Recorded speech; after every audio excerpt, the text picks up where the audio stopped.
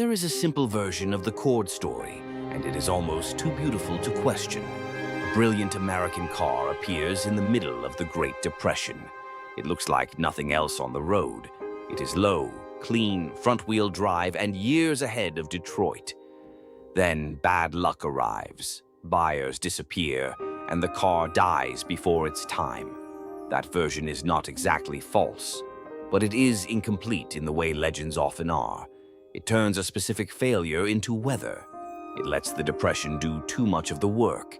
It makes the collapse feel inevitable, as if no one could have acted differently. The Cord 810 was not simply killed by the depression. It was launched before it was ready by Auburn Cord Duesenberg, a company already running out of financial oxygen. The failure was not a lack of talent. It was a lack of runway. E.L. Cord had built an empire around speed, promotion, and timing. Auburn gave him volume.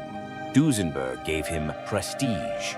Cord, the mark carrying his name, was supposed to give him the future.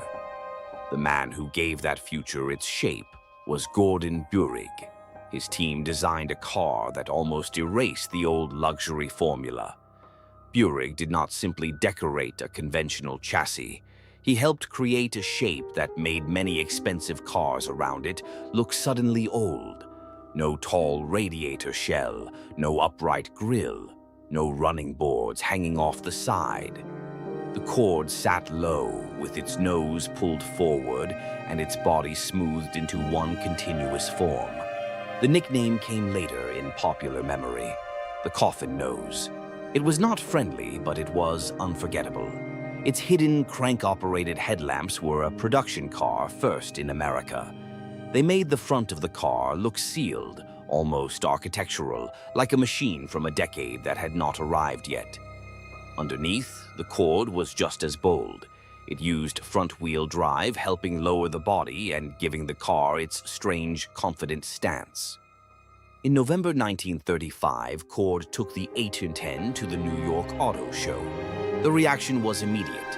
People crowded around it because it did not look like a warmed-over luxury car. It looked like a break with the past, but the car on the stand was closer to a promise than a finished product. Cord had rushed to build show-qualifying cars. The complicated transmission was not ready. That detail matters because it changes the story. The show did not reveal a finished miracle. It revealed an intention, dressed up as a product. The promise was that customers would have cars by Christmas. That mattered. The show created demand, and the company needed the demand. But the gap between promise and delivery became the story. The public had seen tomorrow in November 1935. By Christmas, tomorrow was supposed to be in driveways. Christmas passed. The 810 was still not ready for customers. Production cars did not truly begin reaching buyers until spring 1936. By then, the mood had changed. A delay can make an ordinary car seem inconvenient. It can make a revolutionary car seem suspect. That delay is the hinge of the Cord disaster. Not because delays were rare, but because this car had been sold as the future. The future cannot arrive late, rough, and still experimental. The gap between the auto show and spring 1936 is where the myth starts to crack. Cord had generated belief before it had generated reliability. When the 810 finally reached the public, it still had the beauty. It still had the proportions. It still had the kind of styling that makes people forgive almost anything, at least for a moment. But it also had the Bendix electro-vacuum pre-selector transmission. The driver chose the next gear, then used the clutch to complete the shift. On paper, it was modern and clever. In early use, it was more troublesome than expected. Reports centered on reliability and shift behavior, slipping out of gear, vapor lock, and a system that demanded more sorting than Cord could afford to give it. Those are not small complaints in a luxury car. A buyer might tolerate a strange nose. They are less patient when the drivetrain makes the car feel uncertain. This is where the internet often gets lazy. The transmission was not a joke that never worked. It was an advanced system with real problems attached to a car that needed patience. That distinction matters. If the transmission is treated as cartoonishly hopeless, the real lesson disappears. The cord was not doomed because one part was cursed. It was wounded because many hard things were happening at once. Patience was exactly what Auburn Cord Duesenberg did not have. A stronger company might have treated the first year as a painful development cycle.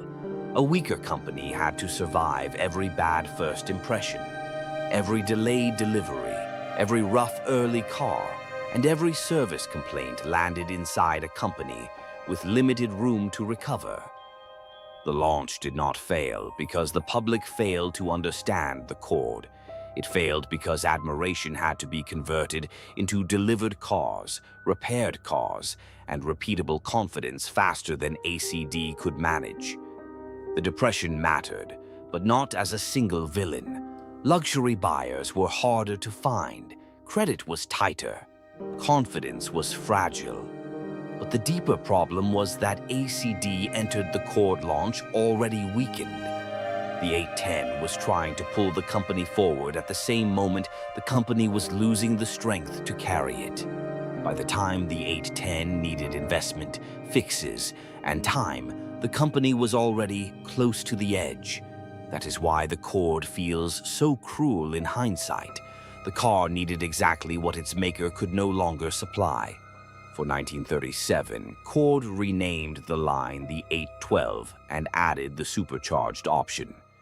Visually, those external chrome exhaust pipes are irresistible.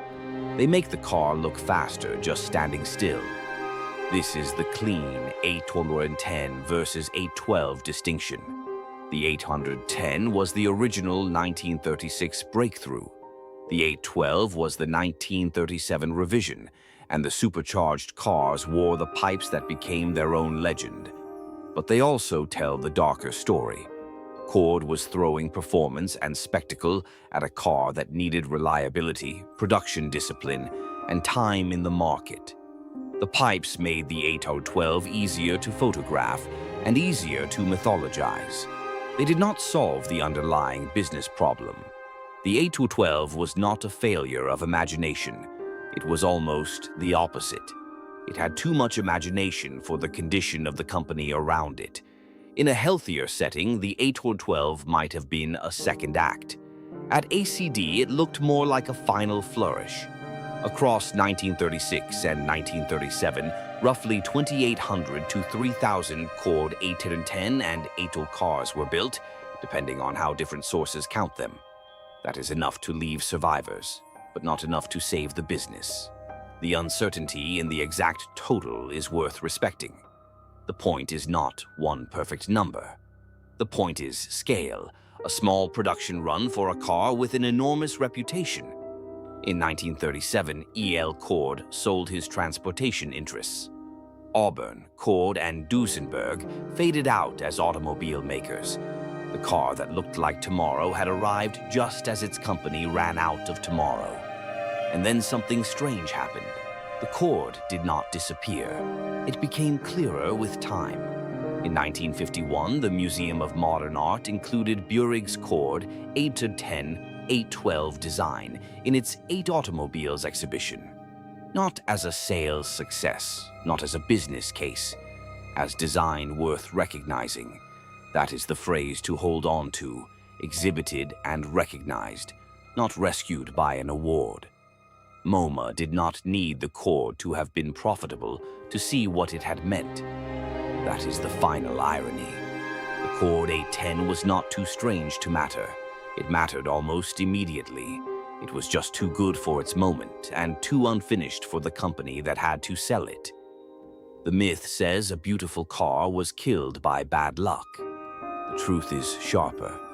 The Cord was a masterpiece launched as a promise, delivered as a problem, and remembered as proof that being ahead of your time does not save you if time is the one thing you do not have. That is why the Cord 810 and 812 still feel haunted. Not because they failed to show the future, but because they showed it clearly and still could not stay.